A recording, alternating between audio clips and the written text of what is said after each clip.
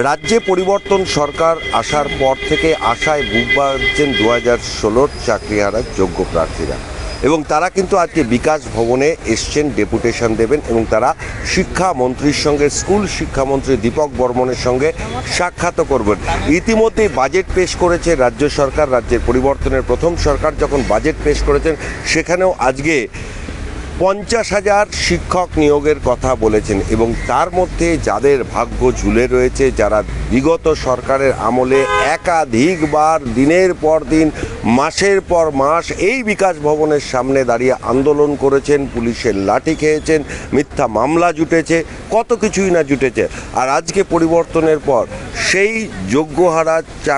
যোগ্য চাকরি প্রার্থীরা 2016 তারাই কিন্তু এসছেন শিক্ষামন্ত্রীর সঙ্গে দেখা করতে এবং তারা কিন্তু আজকে বিকেলে ডেপুটেশন দেবেন। সেখানে দাঁড়িয়ে কি তাদের বক্তব্য সবটাই আমরা শুনবো তাদের মুখ থেকে। সুমনবাবু, কি আশা করছেন আজকে? দেখুন, আজকের রাজ্য বিধানসভার 2026 সালের যে অবশিষ্ট মাসগুলো রয়েছে তার একটা সংক্ষিপ্ত বাজেট এসেছে। সরকারি কর্মচারী থেকে আপামর বাঙালির অনেক প্রত্যাশা। আপনারা জানেন যে পূর্বতন দুর্নীতিগ্রস্ত সরকার শেষ করে দিয়ে গেছে পশ্চিমবাংলাটাকে। সেখানে 20% ডিএ মিলেছে। আগামী দিনে বাকিটাও সরকার তাদের প্রতিশ্রুতি অনুযায়ী তারা কাজ করবেন আমরা বিশ্বাস করি। এবং এই বাংলায় আমরা যখন সামাজিক আন্দোলন করছিলাম, আপনারা জানেন 6.5 লক্ষ সরকারি শূন্যপদ রয়েছে বিভিন্ন দপ্তরে। সেই শূন্যপদগুলোর স্থায়ী নিয়োগের দাবিতে আমরা লড়েছি। আজকে সরকার বলছে 1 লক্ষ শূন্যপদে নিয়োগ হবে, 33% মহিলা। খুবই ভালো পদক্ষেপ। দুর্নীতিমুক্ত নিয়োগ হোক, বাংলার মানুষ তাই চায়। এবং বয়সের ছাড় দেওয়া বিভিন্ন বিষয় আছেন। কিন্তু আমরা যারা চাকরি হারিয়েছি, পূর্বতন সরকার সুপ্রিম কোর্টে মিথ্যে হলফনামা দেওয়া, ওএমআর প্রকাশে অনীহা, আজ ওএমআর প্রকাশিত। সেই ওএমআরের ভিত্তিতে যোগ্য এবং অযোগ্য দুটোই পক্ষ, এই দুটো তালিকা নিয়ে চাল কাকড় দুটোই আলাদা একেবারে পরিষ্কার। সুতরাং সেই তালিকা নিয়ে সরকার as early as possible supreme কোর্টে যাবে, হাইকোর্টে যাবে, এটা আমাদের আশা। এবং মাননীয় মুখ্যমন্ত্রী, আপনারা জানেন বিরোধী দলনেতা থাকাকালীন তিনি অনেক প্রতিশ্রুতি আমাদের দিয়েছেন এবং আমরা খুব আশ্বস্ত হয়েছি, বা আমাদের চরম আত্মত্যাগের বিনিময়ে পরিবর্তনের সরকার এসেছে, এটা অস্বীকার করা যায় না। আমরা তো অস্বীকার করি না, কেউ করতে পারেন, কিন্তু আমরা মাননীয় মুখ্যমন্ত্রীর পক্ষ থেকে বা সরকারিভাবে আমরা একটু বিবৃতি বা আমরা একটা বৈঠকের আশা করছি। এই কারণে এতদিনেও যখন কোনো কথা সরকারের পক্ষ থেকে আসেনি, আমাদের মধ্যে একটু বিভ্রান্তি এবং হতাশার সৃষ্টি হয়েছে। সরকার তো মানবিক এবং প্রতিশ্রুতি অনুযায়ী কাজ করছেন। আমরা আশা করব সরকার যেন আমাদের ডেকে নেন এবং বিবৃতি দেন। যোগ্যদের তালিকা নিয়ে সুপ্রিম কোর্টে গিয়ে ধারাবাহিকতা সহ চাকরি ফেরান, যোগ্য শিক্ষাকর্মীদের 15 মাস ধরে বেতন বন্ধ, এই বিষয়গুলো যেন সরকার অতি দ্রুত দেখেন, এটাই আমাদের আশা। আজকে যখন পরিবর্তনের সরকার এসছে, তখন সেই ফেলে আসা দিনগুলোর যে ভয়ঙ্কর স্মৃতি, তার পরিপ্রেক্ষিতে আজকে আপনারা স্কুল শিক্ষামন্ত্রীর সঙ্গে দেখা করবেন কিছুক্ষণের মধ্যে। কীরকম লাগছে বিষয়টা? দেখুন, তখনই আমাদের ভালো লাগবে বিগত সরকার আমাদের কোনো কথাকেই কর্ণপাত করেনি। তখন সময়ের সম্মানীয় বিরোধী নেতা আজকের মুখ্যমন্ত্রী, তিনি তখন যত বঞ্চিত, শোষিত, নিপীড়িত সমস্ত মানুষের কাছে গিয়েছিলেন, সবাইকে এক ছাতার তলায় তিনি নিয়ে আসতে চেয়েছিলেন এবং তিনি বলেছিলেন। আমরাও তার একটা পার্ট বলে আমরা নিজেদেরকে মনে করি। আমাদের সেই দুর্দিন, সেই অসহায় অবস্থা, সেই পুলিশের লাঠি আমরা চাই না যে জনগণের বিপুল প্রত্যাশা নিয়ে যে সরকার আজকে এসেছে, সেই সরকার তার রাজ্যের জনগণ যারা আজকে শোষিত, যে নিপীড়িত, 31 আগস্টের পরে আমাদের কী হবে আমরা জানি না। 15 মাস 16 মাস ধরে যোগ্য শিক্ষাকর্মীদের বেতন বন্ধ। তো এইগুলো কিন্তু একটা বার্নিং সমস্যা, জ্বলন্ত সমস্যা। সেই সমস্যা সুমনবাবু, আরেকটা প্রশ্ন আপনাকে করতে চাই। এই যে আপনাদের অনেক আন্দোলনকারীকে মিথ্যা মামলায় ফাঁসানো হয়েছিল, তখন এই বিধাননগর পুলিশই ছিল, তাদের আচরণ আপনারা দেখেছেন। আজকে কি মন্ত্রীর সঙ্গে সেটাও তুলবেন?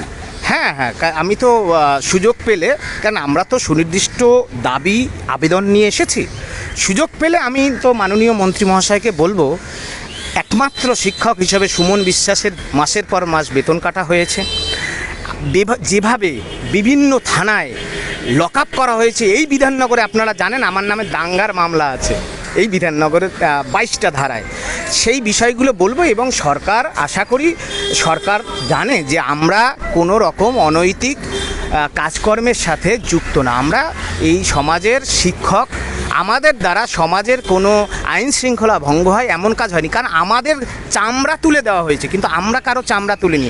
আমাদের চোখ ফাটিয়ে দেওয়া হয়েছে, আমরা কারো চোখ ফাটাইনি। আমাদের বুকে পেটে লাথি মেরেছে পুলিশ, বর্বর পুলিশ, মমতা বন্দ্যোপাধ্যায়ের আমলের পুলিশ।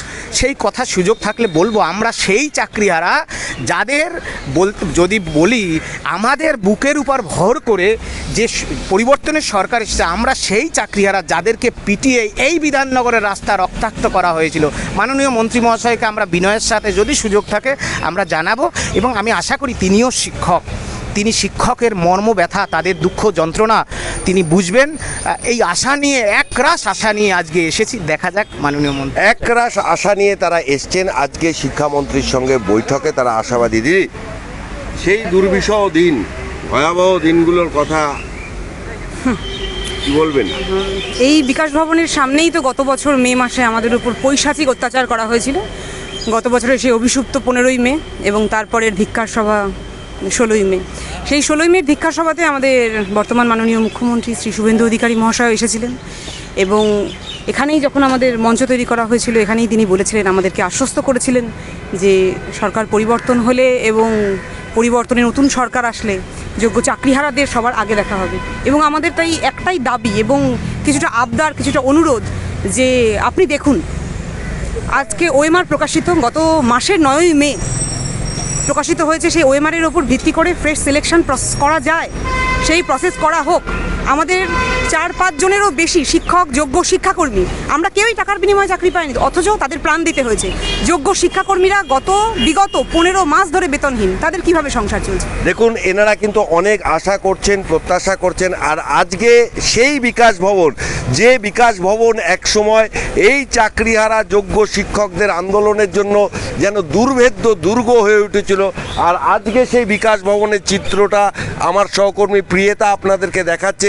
দেখুন, কোনো পুলিশি ব্যারিকেড নেই, কোনো পুলিশ ভ্যান নেই, কোনো কিছু, যে সেই যে দুর্ভেদ্য দুর্গ টাইপের বিকাশ ভবন আজকে আর নেই। পরিবর্তনের কিন্তু চিত্র এই বিকাশ ভবন দেখেছিল কয়েক মাস আগের বিকাশ ভবন আর আজকের বিকাশ ভবন। আজকে কিন্তু সুমন বাবুরা বিশ্বাস করছেন যে নতুন পরিবর্তনের সরকার তাদের দাবি দাওয়াগুলো মেরিটের ভিত্তিতে, যোগ্যতার ভিত্তিতে বিবেচনা করবেন। এখন মন্ত্রীর সঙ্গে বৈঠকের পর 2016 যোগ্য চাকরিহারা শিক্ষকদের যে মঞ্চ, সেই মঞ্চ কতটা আশার আলো দেখবে সেটাই এখন দেখার। ক্যামেরায় প্রিয়েতার সঙ্গে সৌমেন ভট্টাচার্য, সল্টলেক, নিউজ পোল বাংলা।